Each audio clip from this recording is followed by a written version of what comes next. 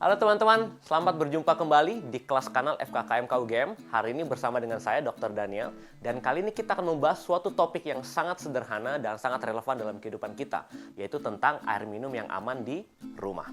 Sebelum kita mengetahui kondisi air yang di rumah, kita perlu melihat bagaimana kondisi air yang ada di global.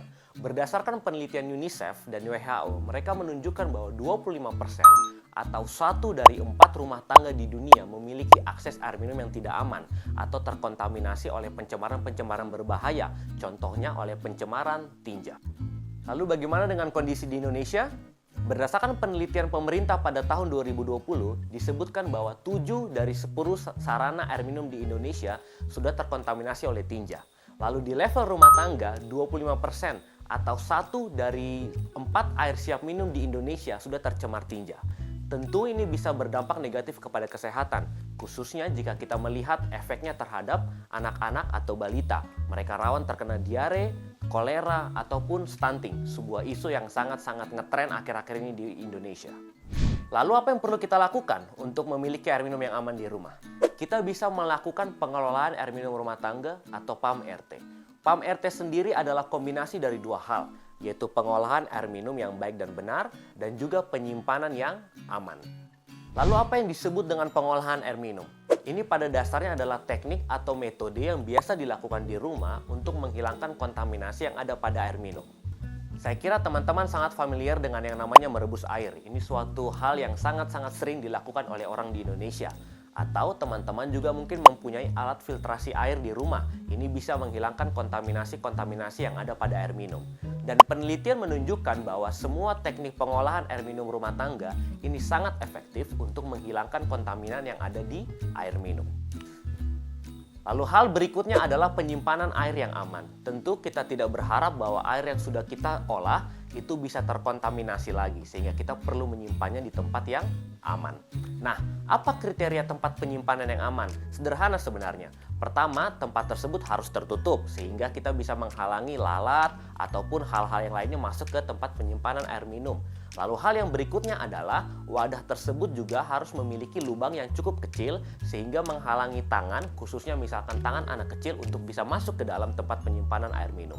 Lalu sebaiknya tempat tersebut disertai dengan keran di bagian bawah, sehingga jika kita ingin mengambil air, kita tinggal membuka keran tersebut dan bisa meminum dari tempat penyimpanan air tersebut. Tetapi hal yang penting lagi yang perlu diperhatikan adalah bawah atau dasar dari tempat penyimpanan tersebut harus cukup stabil sehingga tahan terhadap goncangan-goncangan yang mungkin terjadi jika kita menaruhnya di atas meja yang tidak rata. Hal terakhir yang perlu diperhatikan adalah wadah tersebut harus mudah dibersihkan, khususnya bagian dalam. Kita harus rutin juga membersihkan wadah tersebut dan tidak cuma membersihkan bagian luarnya tetapi bagian dalamnya juga, sehingga bisa menghilangkan hal-hal yang mungkin mempengaruhi kualitas air yang ada di dalam tempat penyimpanan wadah tersebut.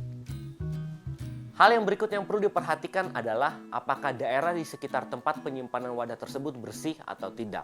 Jika biasanya kita menyimpan wadah tersebut di dapur, kita perlu perhatikan bahwa kondisi dapur kita bersih. Misalkan tidak ada hewan yang masuk ke dapur dan bisa mempengaruhi kualitas air yang sudah diolah atau air yang sudah disimpan.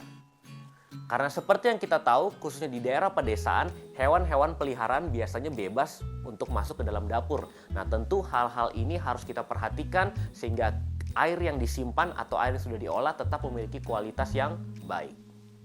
Hal berikutnya lagi yang perlu diperhatikan adalah kita perlu melakukan pengelolaan air minum rumah tangga secara benar, maksudnya tekniknya benar dan juga selalu atau rutin dilakukan. Karena jika kita tidak rutin melakukan hal tersebut, maka pada dasarnya kita sedang minum air yang tidak diolah atau air mentah. Ilustrasinya adalah seperti ini. Jika misal teman-teman minum 10 gelas air setiap hari, lalu 1 dari 10 gelas itu adalah air yang mentah atau tidak diolah. Nah, penelitian menunjukkan bahwa jika 1 gelas saja itu terkontaminasi, maka pada dasarnya kita sedang meminum 9 gelas air yang tidak diolah. Itu mengapa pengelolaan air minum yang benar dan selalu dilakukan itu adalah sesuatu yang sangat penting untuk memastikan kita memiliki air yang aman di rumah. Baik, teman-teman sudah mendengarkan banyak hal selama tadi saya bercerita. Nah, sebagai penutup, kita perlu memastikan bahwa kita perlu melakukan pencegahan berlapis untuk meminimalkan risiko kontaminasi air minum. Apa saja yang perlu kita lakukan? Ada 3 hal. Pertama, pengolahan air minum yang baik, lalu kemudian wadah yang aman, dan juga kondisi di sekitar wadah juga harus bersih dan higienis. Jika kita melakukan ketiga hal ini secara benar dan rutin, maka kita bisa memastikan bahwa air yang kita konsumsi itu bebas dari kontaminasi. Oke, saya kira sekian untuk sesi kelas kali ini. Semoga bermanfaat dan sampai jumpa di kelas-kelas kanal berikutnya. Bye-bye.